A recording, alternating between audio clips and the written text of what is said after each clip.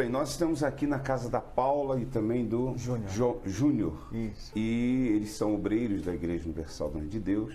E vamos saber o dia a dia deles, né? O dia a dia dos obreiros na Igreja Universal do Reino de Deus. Aliás, não é nem propriamente na igreja, né? Fora da igreja. Como é que é a vida de um obreiro fora da igreja?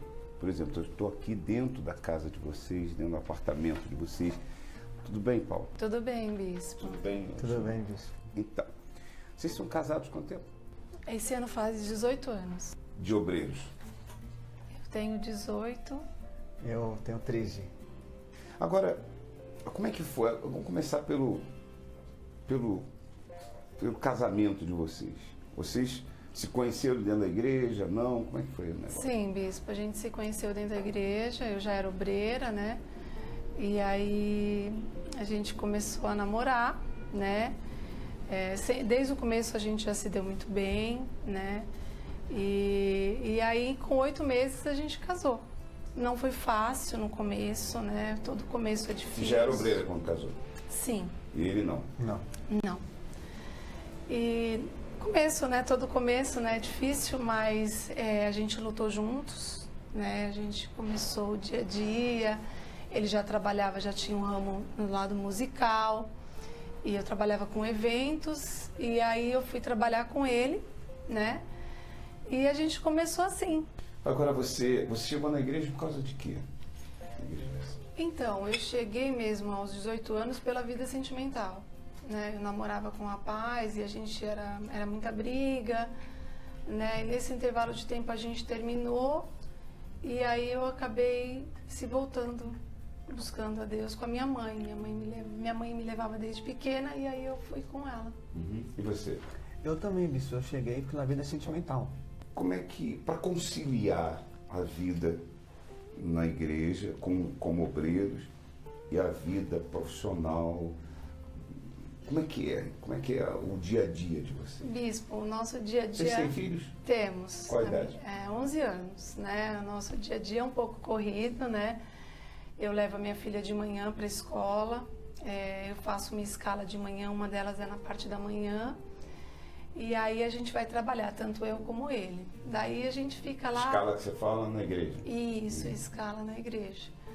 E aí a gente vai trabalhar e a gente fica... É corrido, nossa, porque a gente tem praticamente 3 empresas que mexem com 5 segmentos. Então, é bem corrido. A gente também mexe com a parte de construção, a gente está construindo outros imóveis, um predinho agora. Então, é bem corrido, mas assim, a gente para tudo mesmo, independente do que a gente está corrido, mas a gente para e a gente vai e faz a nossa escala. E no domingo, né, a gente vai para a igreja, a gente tem nossa reunião de manhã com todos os obreiros, né?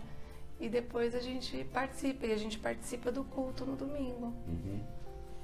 Isso, em relação à parte profissional de vocês, quando você chegou na igreja, você já estava prosperando, não estava prosperando? Como é que estava o grau financeiro seu em termos de crescimento? Ou depois que você chegou na igreja, que houve assim um crescimento maior? Não, bispo. Quando eu cheguei na igreja, eu tinha uma vida toda endividada.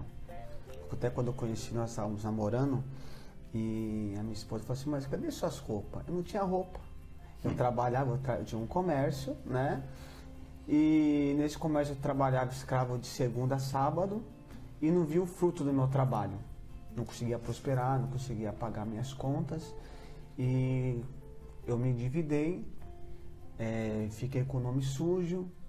Logo quando nós casamos, nós tínhamos um apartamento e esse apartamento ele ficou 3 meses com a parcela atrasada, então no 4º mês entrou uma cartinha pra gente com execução que queria tomar um imóvel, porque foi um fogo. Então, quando nós nos conhecemos, eu não estava bem na vida financeira, eu estava ainda capengando. E quando eu me converti, porque eu me converti numa palavra, que agrada-te o Senhor teu Deus e Ele satisfará os desejos do seu coração. Meu coração ele me enganava muito, porque eu gostava da menina, era uma paixão doentia, e isso entrou dentro de mim. Essa palavra que eu recebi, até hoje eu levo ela comigo. E mesmo no deserto, eu falava assim, eu vou agradar a Deus porque eu sei que Ele vai me tirar dessa. Eu tenho confiança Deus, ele é Deus. Deus, ele não vai deixar a gente na mão. Hoje, graças a Deus, Deus nos prosperou. Mas a nossa vida, ela vem desenvolvendo ano após ano. Esse período que nós temos de casado, Deus sempre tem acrescentado algo na nossa vida. Então, vocês podem considerar felizes. Deus tem abençoado em todos os sentidos. Sim, bispo. Posso dizer que desde o começo, meu casamento, as lutas foram financeiras. Mas as lutas entre nós, bispo, a gente sempre se deu muito bem. É um grudado no outro. Às vezes eu saio, fico até brava com ele. Eu saio um pouquinho, esses dias eu precisei ir na loja de material de construção comprar uns pisos. Deu 2 horas, ele... Mas onde você tá? Eu falei, mas eu não falei que eu vou comprar o piso, mas você tá demorando. Eu falei, meu Deus, mas eu acabei de sair. Não, mas tem funcionário. É um amor. Então, assim, a gente sempre foi muito assim. As lutas vêm, bispo. Vem luta financeira, vem as lutas, a gente luta pelos nossos familiares, tem alguns que ainda não são convertidos. Isso que eu ia perguntar. Nesse período, vocês passaram já algum momento difícil, deserto, uma situação assim que vocês viram que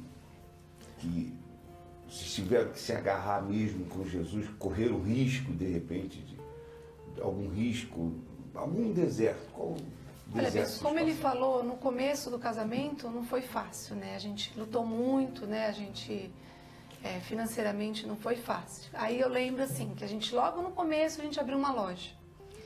E a gente estava super firme, sabe? Ele também. E de repente a gente chegou no outro dia, bispo. A gente teve uma decepção, acabaram levando, entraram na loja e levaram. E assim, eu tinha feito um voto... Levaram. E eu tinha feito um voto com Deus naquele mesmo... no domingo, isso foi no sábado. Se eu falar para o senhor que entrou alguns clientes para olhar o que aconteceu e comprou exatamente o valor do meu voto. E eu falei, Deus, o meu voto é com o senhor. E eu fui cumprir. Aquele dia eu não esqueço, bispo, eu não esqueço. Para mim foi... Ali Deus... Ali minha vida mudou. Porque eu só agradeço. Eu só agradeço e eu louvo a Deus por tudo que Deus tem feito na minha vida. Desculpa, bispo. Fica à vontade, você está em casa. Mas, que aí eu entendi que aquela loja era uma vaquinha. Que eu precisava deixar que ela caísse, sabe? Porque a gente estava pegada, ali a gente não ganhava muito dinheiro. Por isso que às vezes a gente questiona, no caso eu não questionei, eu sei o que eu falo, eu agradeço a Deus. E aí foi quando as portas começaram a abrir. Então às vezes a gente passa por luta e a gente não entende no momento, né? Mas lá na frente, se você permanece, Deus, ele mostra por que aquela luta, por que aquilo que você passou e responde grandemente. Eu ouvi uma obreira falar uma vez que ela teve um problema de saúde, né, sério, e ela disse para mim que um pastor falou para ela, isso ficou gravado, o pastor disse para ela falou assim, ela estava mal, estava com câncer, foi curada, mas estava com câncer como obreira. E ele disse assim, não questione, não pergunte para Deus por que isso está acontecendo com você. Porque você fazendo essas perguntas para Deus, o diabo pode responder. Quer dizer, eu achei inteligente isso, porque às vezes a gente passa por lutas, guerras espirituais, financeiras, no caso de vocês, etc. Mas se você ficar perguntando, mas meu Deus, mas por que isso está acontecendo? Por quê? Aí vem o diabo e começa a falar, você está assim, você está assado. Começa a apontar um monte, acusar um monte de coisas que não tem nada a ver. É o momento da tribulação, é o momento do deserto que todos nós temos que passar. Né? Você já passou algum? Já passei recentemente com meu pai, uns 3 anos atrás, ele foi fazer uma operação, foi tirar um caroço e sedaram ele. Só que meu pai tem um problema no sangue, diabético, e deram a medicação e ele entrou em coma. Ele ficou 90 dias praticamente apagado Ele teve parada cardíaca, ficou 18 minutos sem o coração bater, ressuscitaram ele. Mas durante esses 90 dias que ele ficou, eu ficava em paz. É algo inacreditável. Eu não consigo te explicar, bispo. Mas todo dia eu ia visitar meu pai quase no hospital. Primeira coisa, eu passava na igreja, colocava a mão no altar e ia pro hospital. E ali eu fiz um voto com Deus. E Deus, ele ressuscitou meu pai. O deserto, ele vem. A questão é que quando ele vem, você não está sozinho. Você sabe quem está cuidando de você. Você sabe que tem alguém zelando por você. O meu segredo é o Espírito Santo. Sempre colocando ele primeiro em tudo na minha vida. Primeiro que a minha esposa, que a minha filha, que tudo. Ele que é o meu guia, que é o meu orientador, meu professor, o meu tudo. Pois é. Tá aí então. O segredo do Júnior e da Paula para que tenha uma vida bem-sucedida em todos os sentidos, chama-se Espírito Santo. Sim. Esse é o segredo. Para que o obreiro, para que a obreira e para que qualquer um possa ter sucesso em todos os aspectos, o primeiro lugar tem que ser reservado para o Espírito Santo.